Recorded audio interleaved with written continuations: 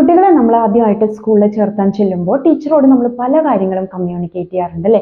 അതിൽ വിട്ടുപോകുന്ന ചില പോയിന്റ്സ് ഉണ്ട്. നമ്മുടെ കുട്ടിക്ക് എന്തെങ്കിലും തരത്തിലുള്ള അസുഖങ്ങളുണ്ടോ, അല്ലെങ്കിൽ കൃത്യമായിട്ട് എന്തെങ്കിലും മെഡിസിൻസ് ഉണ്ടോ എന്നതൊക്കെ ടീച്ചറോട് നമ്മൾ പറയണം.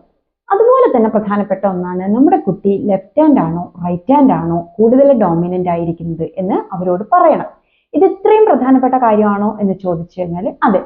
ഓരോരുത്തരുടെയും ബ്രെയിനിന്റെ ഫംഗ്ഷൻ അനുസരിച്ചിട്ടാണ് ഓരോ ഭാഗവും ഡോമിനന്റ് ആവുന്നത്. അതിപ്പോഴും അംഗീകരിക്കാൻ മടിയുള്ളവരും ഈ ലെഫ്റ്റ് ഹാൻഡ് കൊണ്ട് എഴുതുന്നത് എന്തോ മോശപ്പെട്ട കാര്യമാണെന്നും ഇതെന്തോ ശരീരത്തിലേക്ക് വലിയേറി വന്ന ഒരു ഭാഗം പോലെ പെരുമാറുന്ന ആളുകളും ഉണ്ട്. എല്ലാ പ്രധാനപ്പെട്ട കാര്യങ്ങളും വലത് കൈവച്ചിട്ട് വേണം തുടങ്ങാൻ എന്ന് ശഠിക്കുന്നവരും ഉണ്ട്. നമ്മൾ ടീച്ചറോട് പറയാ, എൻ്റെ കുട്ടി ലെഫ്റ്റ് ഹാൻഡിനാണ് ഡോമിനന്റ് ആയിട്ടുള്ളത് എന്ന് പറയുമ്പോൾ ഈ ക്ലാസ്സിലുള്ള ബാക്കി ഒരുവിധപ്പെട്ട ആളുകളൊക്കെ റൈറ്റ് ഹാൻഡ് ആയിരിക്കും എഴുതുക. ഇതിന്റെ ഇടയിൽ ഇരുന്നിട്ട് ഒരെണ്ണം ലെഫ്റ്റ് ഹാൻഡ് എഴുതി കഴിഞ്ഞാൽ ബാക്കിയുള്ളവർക്ക് അതൊരു ബുദ്ധിമുട്ടാവും. അവർ പുസ്തകം തിരിച്ചു വെച്ചിട്ടായിരിക്കും എഴുതുക. അപ്പോൾ അത് ടീച്ചറോട് കമ്മ്യൂണിക്കേറ്റ് ചെയ്ത് കഴിഞ്ഞാൽ ഇവർക്ക് വളരെ സേഫ് ആയിട്ട് ഒരു പൊസിഷൻ കൊടുക്കാനായിട്ട് ടീച്ചർക്ക് സാധിക്കും. അത് മാത്രമല്ല, ക്ലാസ്സിലുള്ള മറ്റു കുട്ടികളെ, ചിലപ്പോൾ കൊച്ചു കുട്ടികളല്ലേ, അവർ ചിലപ്പോൾ കളിയാക്കും. അയ്യേ, നീ എന്താ ഈ കൈ കൊണ്ട് എഴുതുന്നത്, ഈ കൈ ഇങ്ങനെ ഉപയോഗിക്കുന്നതല്ലല്ലോ എന്നൊക്കെ പറഞ്ഞിട്ട് കളിയാക്കും. അപ്പോൾ അവരെ പറഞ്ഞ് മനസ്സിലാക്കാനും ഇത് ഓക്കെയാണ്, ഇതൊരു നോർമൽ ആയിട്ടുള്ള ഒരു കാര്യമാണ് എന്ന് പറഞ്ഞ് മനസ്സിലാക്കാനും ടീച്ചർക്ക് സാധിക്കും.